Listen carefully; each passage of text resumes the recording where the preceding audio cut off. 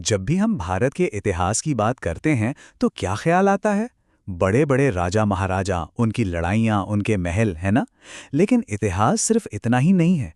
ये कहानी उन समुदायों की भी है जिन्होंने सचमुच अपने हाथों से इस देश के कल्चर को, इसकी पहचान को बुना है। और उन्हीं में से एक कहानी है, एक ऐसी कहानी जिसे इतिहास के पन्नों में कहीं भुला दिया गया। एक ऐसी विरासत जिसे आज हम सब मिलकर जानेंगे। तो आज हम बात करेंगे ढेड़ समाज की, जिन्हें वणकर या मेघवाल भी कहा जाता है। और उनकी कहानी को हम समझेंगे 3 एंगल से: कला, वीरता और आत्मशक्ति, यानी आर्ट, वैलर एंड रेजिलियंस। तो चलिए शुरू करते हैं। पहला सवाल तो यही है कि आखिर ये भूला हुआ इतिहास है क्या? देखिए, ढेड़ समाज को हम भारत की कहानी के वो गुमनाम बुनकर कह सकते हैं, जिनके काम को, जिनके योगदान को अक्सर नजरअंदाज कर दिया गया। तो ये लोग कौन थे? इनकी शुरुआत कहाँ से हुई? चलिए अब इस समुदाय की गहरी जड़ों को, इनके हिस्टोरिकल और स्पिरिचुअल रूट्स को समझने की कोशिश करते हैं। सबसे पहले बात करते हैं नाम की। ढेड़, ये शब्द आया कहाँ से? कई स्कॉलर्स का मानना है कि इसकी जड़ें संस्कृत के धर या ढेर जैसे शब्दों में हैं। मतलब वो जो जमीन से जुड़ा हो, जो अपने हाथों से कुछ बनाता हो, क्राफ्ट से जुड़ा हो। लेकिन इन्हें सिर्फ ढेड़ नाम से ही नहीं जाना जाता, इनके और भी नाम हैं, और हर नाम का एक गहरा मतलब है। जैसे मेघवाल, जिसका मतलब है मेघों से पैदा हुए। ये नाम उनके नेचर के साथ, बारिश के साथ एक स्पिरिचुअल कनेक्शन को दिखाता है। वहीं दूसरा नाम है वनकर, जिसका सीधा सा मतलब है बुनने वाला, द वीवर। ये नाम उनके हुनर, उनके क्राफ्ट को सलाम करता है।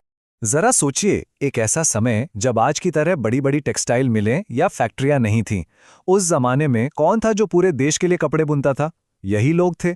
अपने हुनर से, रेशम और कपास के धागों से वो पूरे देश का तन ढकते थे। इसीलिए उन्हें सभ्यता के बुनकर कहना बिल्कुल सही है। और अब कहानी में आता है एक बहुत ही इंटरेस्टिंग ट्विस्ट। ज्यादातर लोग इन्हें सिर्फ बुनकर समझते हैं, है ना?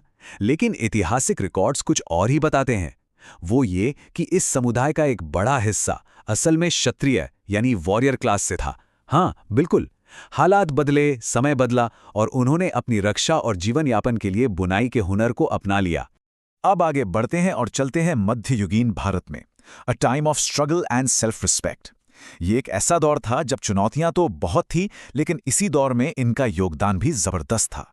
तो सवाल ये उठता है कि गुजरात और राजस्थान के रियासतों में क्या ये लोग सिर्फ बुनकर ही थे? क्या इनका काम बस करघे तक ही सीमित था? इसका जवाब है नहीं, बिल्कुल नहीं। उनका रोल करघे से बहुत बहुत आगे था। बहुत कम लोग जानते हैं कि ये लोग राज्यों के लिए जासूसों का, मतलब गुप्तचरों का काम भी करते थे। और यही नहीं, शाही सेनाओं में बहादुर सैनिक बनकर भी लड़े। भारत का जो टेक्सटाइल पूरी दुनिया में फेमस था, जिसके चर्चे दूर दूर तक थे, उसकी नींव किसने रखी थी? इसी समुदाय ने। वे उस वक्त की इकोनॉमी की रीढ़ की हड्डी थे। जो कपड़े वो बुनते थे, वो सिर्फ कपड़े नहीं थे, वो भारत की पहचान थे, भारत की कला थे। अब बात करते हैं एक ऐसे पहलू की जिसने इस समुदाय को मुश्किल समय में एक नई ताकत दी, और वो था आध्यात्म, स्पिरिचुअलिटी। इसने उन्हें सिर्फ हिम्मत ही नहीं दी, बल्कि सम्मान और एक नई दिशा भी दी। इसे समझने के लिए गुजरात के इतिहास की एक घटना को जानना जरूरी है। पाटन में एक मशहूर झील थी, सहस्त्रलिंग झील। एक बार ऐसा हुआ कि वो झील पूरी तरह सूख गई। पानी नहीं तो जीवन नहीं। लोगों पर बहुत बड़ा संकट आ गया था। तो समाधान क्या था? समाधान मिला एक बलिदान में। संत मेघमाया, उन्होंने लोगों की भलाई के लिए उस झील में फिर से पानी लाने के लिए अपना सर्वोच्च बलिदान दिया। ये घटना सिर्फ एक कहानी नहीं, ये इस समुदाय की त्याग की भावना का सबसे बड़ा प्रतीक है।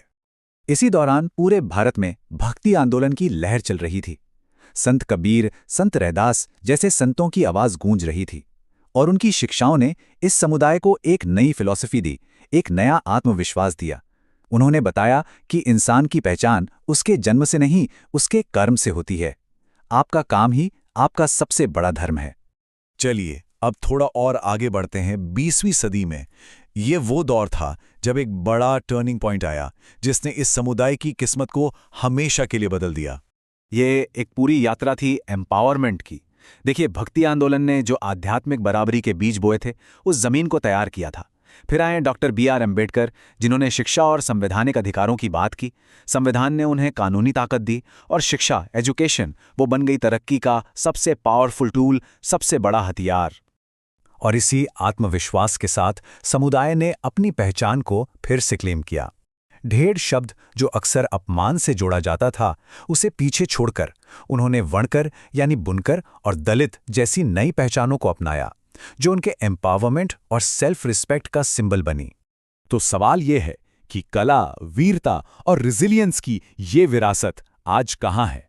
आज ये हाथ क्या बुन रहे हैं? आज की तस्वीर देखिए, उनकी पारंपरिक भुजोड़ी वीविंग को दुनिया के बड़े बड़े फैशन ब्रांड्स फीचर कर रहे हैं। कच्छ की कढ़ाई इंटरनेशनल रनवे पे छाई हुई है। लेकिन बात सिर्फ हुनर तक ही सीमित नहीं है। आज इसी समुदाय से IAS ऑफिसर, डॉक्टर, इंजीनियर और बड़े बड़े एंटरप्रेन्योर निकल रहे हैं।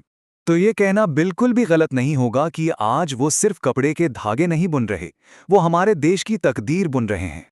हमारी विरासत सिर्फ वो नहीं है जो हम याद रखते हैं, बल्कि वो भी है जिसे हम जानबूझकर या अनजाने में भूल जाते हैं।